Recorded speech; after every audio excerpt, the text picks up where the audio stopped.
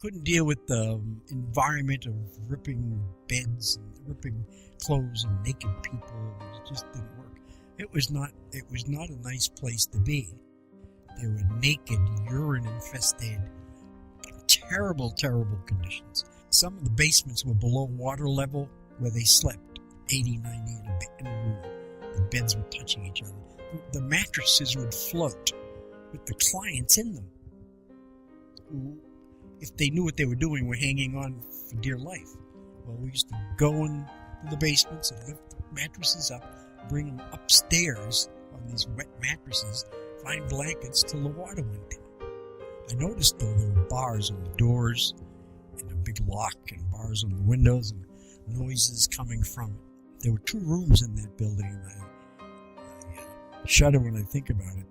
And they'd have side rooms, and they say put the kid in the corner. Well, the institutions, you put them in a side room.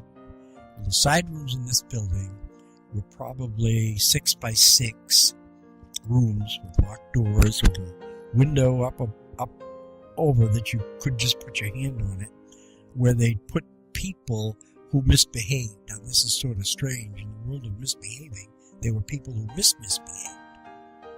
And you could still see it that day, blood on the walls from those poor guys trying to claw themselves out, not really knowing what the hell was going on.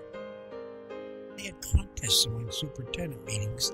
Who can feed the residents, I guess you'd call them, for the least amount? They give awards. Oh my God, 63 cents a day at Muscatatuck.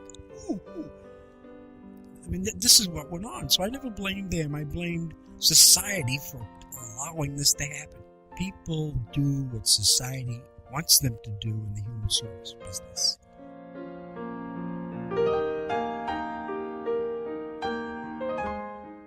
Nobody knew who she was. She had no records. So this one couldn't talk. She never could talk. I went over to meet her. She smiled. She was in a rocking chair. Everybody loved Martha. Well, so word started to spread. It got on TV and so on and so forth. And Martha Nelson, 98 years in an institution. She passed away in 1975 at 101. I wanted Martha's life to become a triumph of rights. That we found her. She's not going to become a number behind Cottage C. The stone says res ipsa loquitur, and what that means is let the evidence speak for itself. Martha's grave is up on a hill overlooking the rest of the Catholic population for all sorts of reasons. Now here you have this person who was lost, a lost soul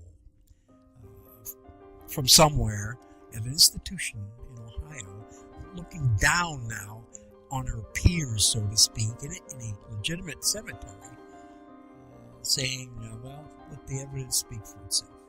I made it here. I think she became symbolic of change. There was a new breed of person, a new champion, a new Lone Ranger coming onto the scene from the Kennedy years and saying, no way. This nation was founded by men of many nations and backgrounds. It was founded on the principle that all men are created equal, and that the rights of every man are diminished when the rights of one man are threatened.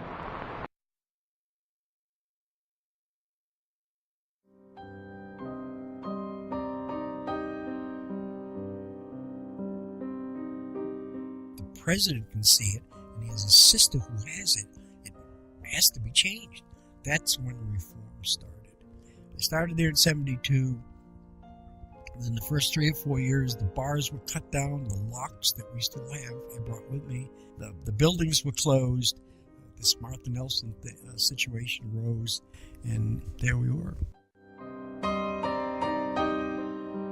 I've done in my life, I think, what I wanted to do.